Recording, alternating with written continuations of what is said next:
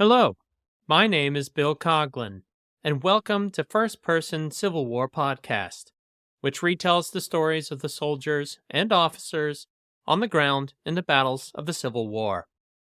Episode 7 is entitled Sergeant McDaniel and the 7th South Carolina at the Battle of Antietam, and relies on Sergeant J.J. McDaniel's unpublished diary entitled Diaries of Battles, Marches, and Incidents of the 7th South Carolina Regiment. J.J. McDaniel enlisted in Company M of the 7th South Carolina on 24 March 1862 in Leesville, South Carolina, where the Union Army set enlistments at time intervals, such as 90 days at the beginning of the war and 3 years a little later. J.J. McDaniel enlisted in this replacement company for the length of the war. The 7th South Carolina formed the year before, on 15 April 1861, at Camp Butler, South Carolina, and drew from counties along the Savannah River. The regiment was present at the Battle of First Manassas and was at Yorktown, Virginia, when Sergeant McDaniel arrived with Company M on 28 April 1862. The 7th South Carolina saw combat through the Peninsula Campaign, but missed the Battle of Second Manassas as their division remained around Richmond to guard against any final maneuvers of the Army of the Potomac as it marched back toward Yorktown.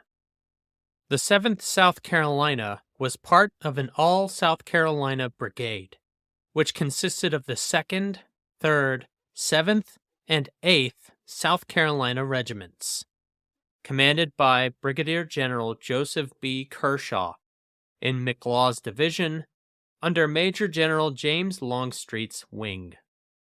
The 7th South Carolina marched north toward Maryland with the Army of Northern Virginia on 2 September 1862 and crossed the Potomac River into that state on 6 September. McLaw's division detached from Lee's army and followed General Jackson to Harper's Ferry, and on the morning of 12 September arrived at Elk Ridge, which are the heights north of Harper's Ferry. Sergeant J.J. McDaniel and Company M deployed as skirmishers on the right side of Elk Ridge and participated in clearing it for the entire day across a difficult rocky terrain. As the advanced skirmishers gained the top, they were fired upon by the enemy's pickets, who immediately fled. We advanced along the mountain as near the crest as possible. Soon we came upon another picket post, driving them in. After a while, we came upon a third picket post, which we drove in with a volley.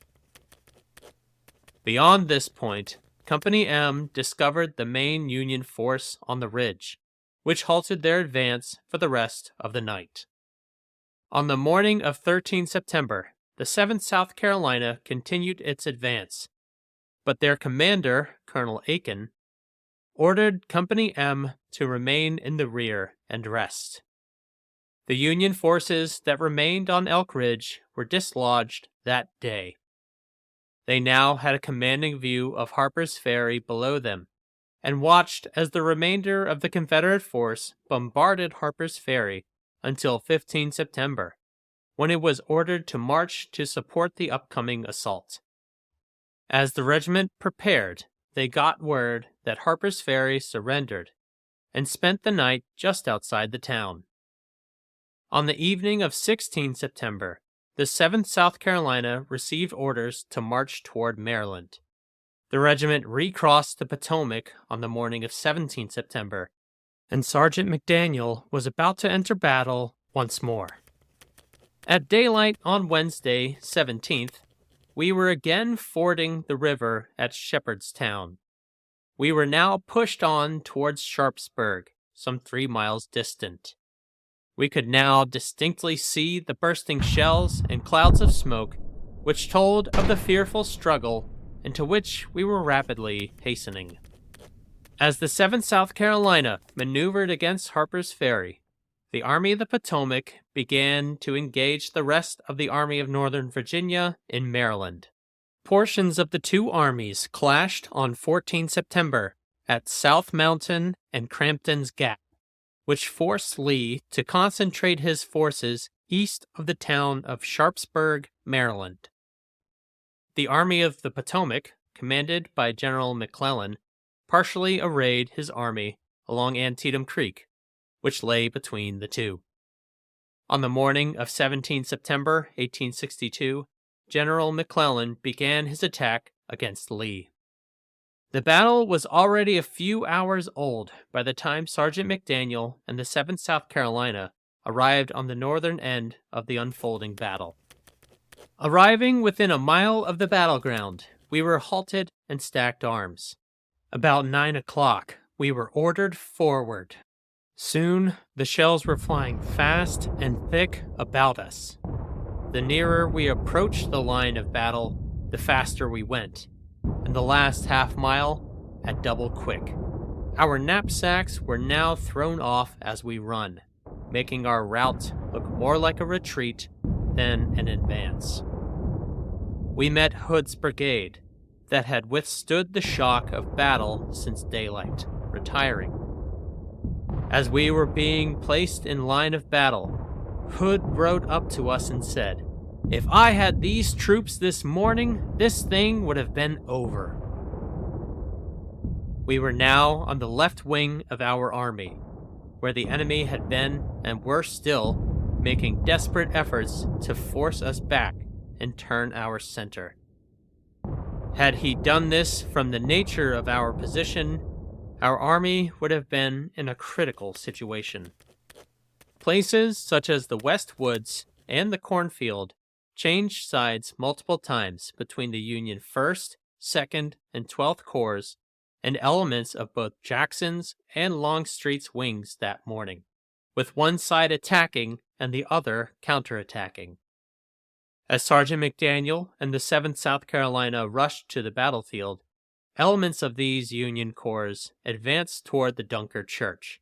The 7th South Carolina and the rest of Kershaw's brigade of South Carolinians formed behind and to the right of the Dunker Church to meet them. Kershaw's brigade occupied the right of the division, the 2nd and 3rd in front, the 8th and 7th in the rear, and a little to the right. Our line of battle extended along a ravine and the edge of some woods, which were some 300 yards wide. The 7th and 8th regiments were a little to the right of the woods, and just got into position when an officer came galloping back saying, "The enemy are advancing!" The enemy came within 75 yards of these before they could see them, meaning the 2nd and 3rd South Carolina regiments, and were received with such a volley that thinned their ranks and stopped their advance. These volleys were now rolling along the entire line. Soon, the long, dark lines of the enemy were seen staggering back, broken and confused. At this moment, the 7th and 8th were ordered to advance. The routed enemy were flying through the woods, while we were pouring volleys into their retreating lines. Soon we had driven them entirely through the woods, over a fence, into a field, to the top of a hill. By this time, they were so thoroughly disorganized that everyone seemed to be running his best, and fast disappeared in a large cornfield in front. These regiments were the 125th Pennsylvania from the 12th Corps and the 34th New York from the 2nd Corps. Colonel James A. Suter, the 34th New York's commander, recounts the moments just before Sergeant McDaniel and his brigade smashed into them. Arriving on the open field, we were again ordered into line of battle, being at the double quick. We moved on this field to the pike road leading to Sharpsburg. Fronting this was a piece of timberland, into which I moved my command, still at the double quick, arriving about 20 yards in the rear of a schoolhouse. This was the Dunker Church. When I discovered the enemy under the hill, I immediately ordered my command to fire, and he continues. From some cause to me unknown, I had become detached from my brigade, the 125th Regiment, Pennsylvania Volunteers, on my right. On my left and rear, I was entirely unsupported by infantry or artillery, and continues. At this time, I discovered that the enemy were making a move to flank me on the left, that both the 7th South Carolina and the 34th New York arrived on the battlefield at a run, highlights how desperate the fighting really was. While on other battlefields, there was time to form divisions or even entire corps for an assault, at the Battle of Antietam, entire brigades were thrown into the fight piecemeal, and in this case, at a run. With so many regiments being thrown in at the same time, it is understandable that Colonel Suter was surprised that he was no longer fighting with his brigade, which was itself engaged further north in the West Woods. Colonel Suter ordered the 34th New York to retreat from their position, and now the Dunker Church belonged to Sergeant McDaniel's brigade, while he and the 7th South Carolina occupied a hill just to the southeast. No sooner did we gain the top of the hill that they opened a most murderous fire of grape and shells from batteries on our right, front, and left. Of all the cannonading I ever experienced, this was the most destructive. Despite being surrounded by artillery on three sides, Sergeant McDaniel and the 7th South Carolina advanced on the artillery to their front. It seemed almost whole lines would melt away at once. Still the cry was, "Onward, men! Onward!" A portion of us had nearly reached the batteries in front, killed and driven off most of the gunners. This was Battery D of the 1st Rhode Island Light Artillery from the 1st Corps. Captain J. Albert Monroe, the battery commander, describes the 7th South Carolina's advance. While engaged forcing back the enemy in the wood, a body of sharpshooters had, unobserved, crept along under a little ridge that ran diagonally to the front of the Rhode Island battery, and opened a most unerring fire upon it, killing and disabling many horses and men. As quick as possible, a section was ordered to open upon them with canister, which, though it caused them no injury, they lying down under the ridge, kept them almost silent, they firing only but an occasional shot, but without effect. Battery D, 1st Rhode Island, successfully halted the 7th South Carolina, but had to redirect its fire toward Confederate artillery. The 7th South Carolina took advantage of this, as Captain Monroe continues. The sharpshooters took advantage of the opportunity thus afforded, and opened most briskly, severely wounding a number of my men and killing and disabling a large number of horses. Though the 7th South Carolina was successful in its front, they could not hold their position for long, and had no choice but to retreat, according to Sergeant McDaniel. But at this juncture, we discovered that we could not hold these batteries. We had no supports, while the enemy had new lines in their rear, while we were enfiladed by their batteries on the right and left. The artillery described were batteries from the 1st and 2nd Corps. Battery A of the 1st Rhode Island Light Artillery, commanded by Captain John A. Tompkins, who was on the right flank of the 7th South Carolina, describes the scene. At 9:30, the enemy appeared on my right front with a large column, apparently designing to charge the battery. I was not aware of their approach until the head of the column gained the brow of a hill, about 60 yards from the right gun of the battery. The pieces were immediately obliqued to the right, and a sharp fire of canister opened upon them, causing them to retire in confusion, leaving the ground covered with their dead and wounded, and abandon one of their battle flags, which was secured by a regiment that came on my right after the enemy had retreated. Sergeant McDaniel and what remained of his regiment retired further into the woods in their rear, while other Confederate units were thrown into the fight. From that relative safety, Sergeant McDaniel took stock of the fighting around the Dunker Church. We now fell back to our first line, the 7th Regiment having lost 169 killed and wounded, being half the men carried into action. Company M lost 17 of 29 carried into action. The other regiments of the brigade also suffered severely. Though the day's fighting continued, specifically in the center and southern parts of the battlefield, Sergeant McDaniel and the 7th South Carolina would not re-enter the battle, which ended that day.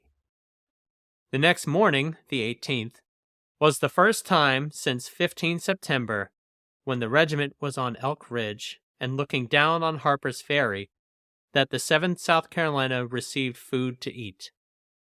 On the evening of 18 September, the Army of Northern Virginia began its withdrawal from Maryland back into Virginia. Sergeant McDaniel had just lived through the Battle of Antietam, or Sharpsburg, and was the bloodiest single-day battle of the Civil War. J.J. McDaniel became a company first sergeant on 1 December 1862, just before the Battle of Fredericksburg.